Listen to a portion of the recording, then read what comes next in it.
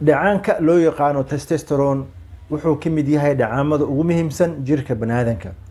si gaar ah wuxuu muhiimad gaar ah aad ugu leeyahay dhanka iraganimada. wuxuu qabtaa shaqooyin aad iyo aad ugu muhiimsan dhanka iraga. ugu horeyntii intaan barnaamijka guda galin saaxiibayaal waxaan idinka codsanayaa YouTube kanaalkayga inaad subscribe ka saartaan. marka labaad su'aalo iyo talo inaad iga soo weydiin kartaan. insha Allah anigana waxaan isku dayaa inaan idinkaga soo jawaabo.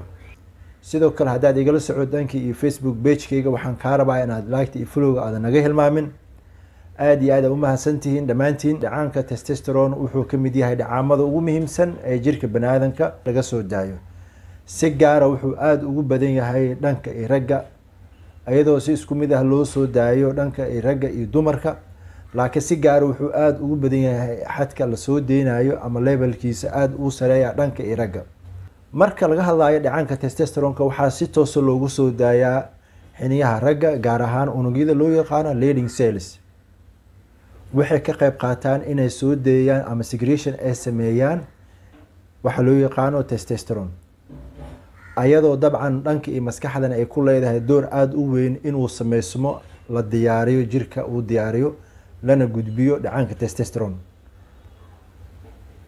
qaybta loo yaqaano hypothalamus ama pituitary gland-ka ee ku yaala maskaxda, qanjarka pituitary gland-ka wuxuu ka qayb qaataa inuu active gareeyo in la soo daayo ama xiniyaha inay diyaariyaan waxa loo yaqaano testosterone. ayadoo pituitary gland-ka uu soo deynayo laba hormoon ama dheecaan kuwaasoo loo kala yaqaano follicular stimulating hormone iyo luteinizing hormone. labadan hormoon waxay active gareeyaan dhanka iyo xiniyaha inuu ka qayb qaato inuu soo daayo dhacaanka loo yaqaano testosterone. toos waxay ula falgalaan ayagoo soo raacaya labadaas hormoon, follicular stimulating hormone iyo luteinizing hormone, dhanka iyo dhiigga qulqulka. marka ay soo gaaraan xiniyaha waxay ku dhagaan receptorska Leydig cells-ka loo yaqaano uu leeyahay xiniyaha, gaar ahaan qaybta lagu diyaariyo dhacaanka testosterone-ka. waxaa meeshaas lagu diyaarinaa markaas in dhacaankii uu sameysmo, danna inay noqoto in jirka blood stream-ka loo raacsiiyo dhanka iyo dhiigga ayuu ka gudbaa, iyadoo u gudbaayo qeybaha ugu muhiimsan, shaqooyinka ugu muhiimsan uu qabanayo ee jirka bani'aadamka. waxyaabaha ugu horeeya uu qabanayo waxaa ka mid ah inuu sameeyo ama uu diyaariyo spermatogenesis-ka, shahwada sameysinkeeda iyo diyaar garowgeeda in qofka uu yeesho biyo shahwo ah dhanka iyo xiniyahana laga soo saaro. sidoo kale dhacaanka testosterone-ka waxyaabaha ugu horeeya uu ka qayb qaadanayo waxaa ka mid ah puberty stage, marka uu wiilka uu qaangaarayo inuu ku sameeyo isbedel balaaran dhanka iyo jirka. testosterone-ka waxay ku sameynayaan in qofka marka 15 sano uu gaaro in isbedel uu ku dhaco dhanka iyo jirkiisa, gaar ahaan in xubintiisa taranka uu dareemo inay erection ay leedahay ama kacsi uu dareemo. sidoo kale inuu isku arko qof galmo ama hasaawi karo inuu noqdo. waxyaabaha kale oo ka qayb qaadanaya marka uu jiro growth hormone-ku aad inuu ugu badanayo dhanka ragga, testosterone-ka la diyaarinayo waqtiga 15 sano oo wiilka uu qaangaara waxaa ka mid ah in hair growth-kuna aad u bato,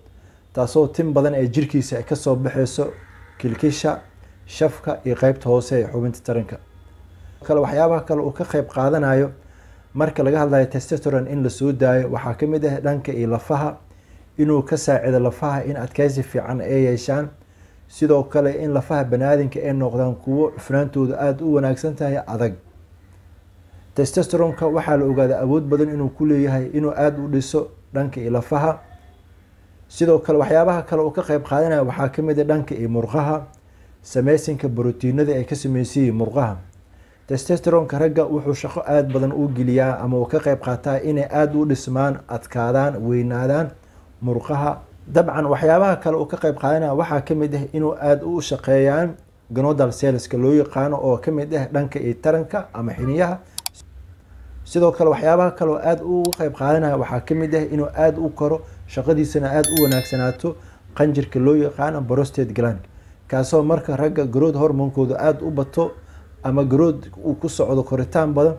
inuu noqdo testosterone-ka inuu ka qayb qaato inuu aad u xoojiyo prostate gland-ka.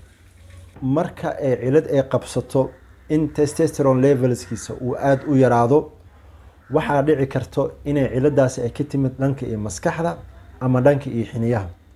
waxaana loo yaqaanaa hypogonadism.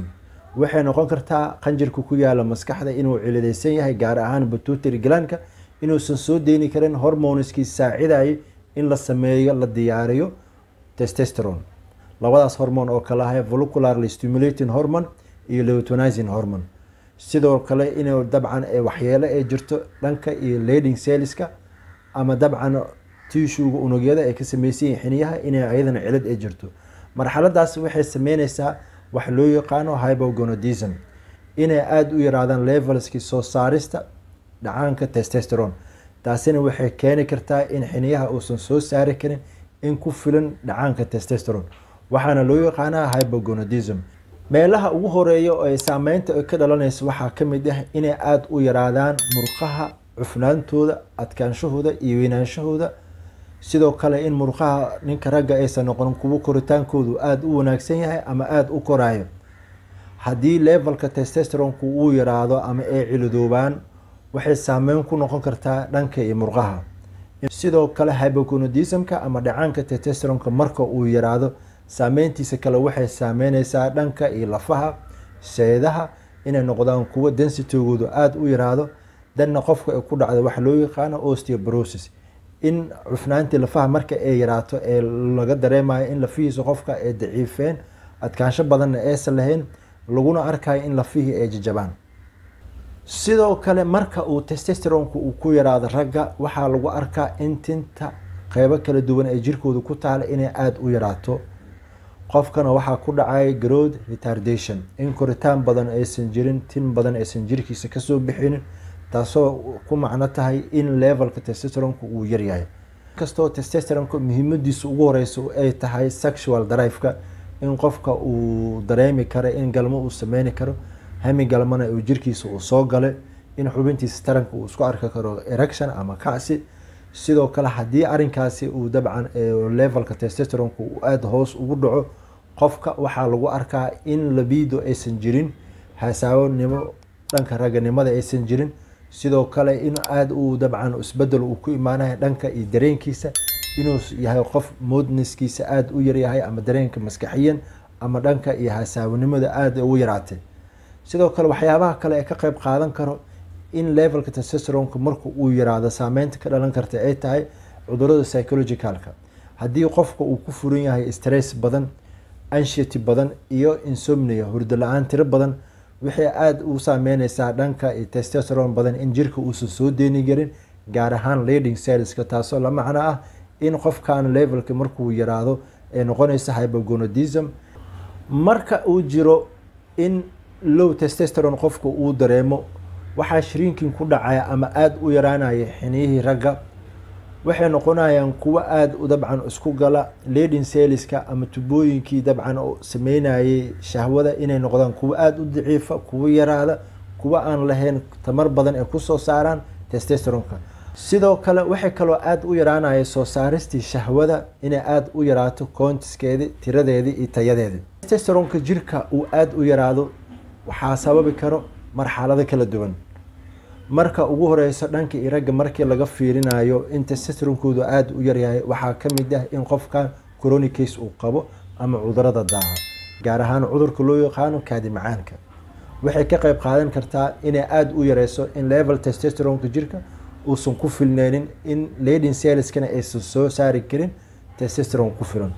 sidoo kale waxyaabaha kale ka qayb qaadanaya inuu aada hoos ugu yaraado waxaa ka mid ah in qofka overweight uu noqdo in miisaankiisa aada u weynaado cayil badan uu fuulo dufan badan jirkiisa ay ku sameysanto taasoo ka macno ah in testosterone levelka uu aada u yaraanayo halka estrogenka ama dhacaanka ku badan dhanka iyo dumarka lagu arkayo in ragga aada ugu batay sidoo kale waxyaabaha kale oo ka qayb qaadanaya in testosteronka jirka dhanka iyo ragnimada uu aada u yaraado waxaa ka mid ah sexual infectious disease cudurada galmada lagu kala qaado kuwaasoo aada u yareyn kara soo saarista testosteronka iyo howlgalada uu sameynayo dhanka iyo jirka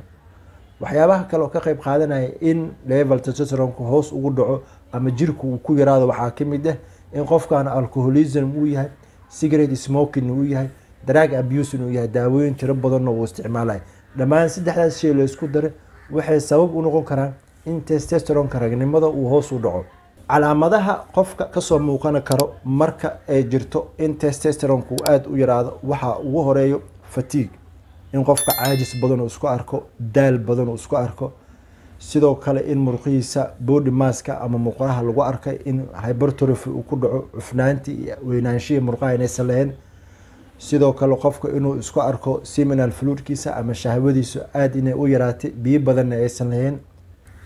waxyaabaha kale oo kamid ah oo qofka uu dareemi karo waxaa kamid ah losing body hair growth, inuu jirkiisa tinta aad u yareynayo, madaxiisa ay tinta ku yaraanayso, sidoo kale kilkishiisa iyo qaybta hoosena ay tinta aad ugu yaraanayso. taasi waxay cadeynaysaa in level testosteronka uu aad u yaraanayo. dhanka iyo daawada markaan ka hadalno,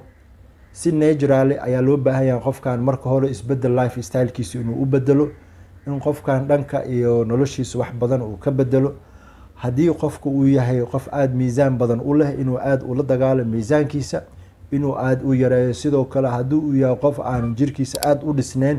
inuu gym galo, murqihiisana uu dhiso. waxay ka qayb qaadanaysaa in testosteron badan lasoo daayo, halka iyo dabcan estrogenka ama progesteronka levelskooduna uu aad u yaraanayo. sidoo kale dhanka iyo daawada markay noqoto ama maadooyinka aadka u xoojinaya, waxaa muhiima qofka inuu isticmaalo maadooyinka jirka uu u baahan yahay, gaar ahaan maadada loo yaqaano zinc. inkastoo cunooyinka qaybahooda kala duwan ay aada ugu badan tahay, balse in qofka uu badsado cunooyinka dhanka iyo badda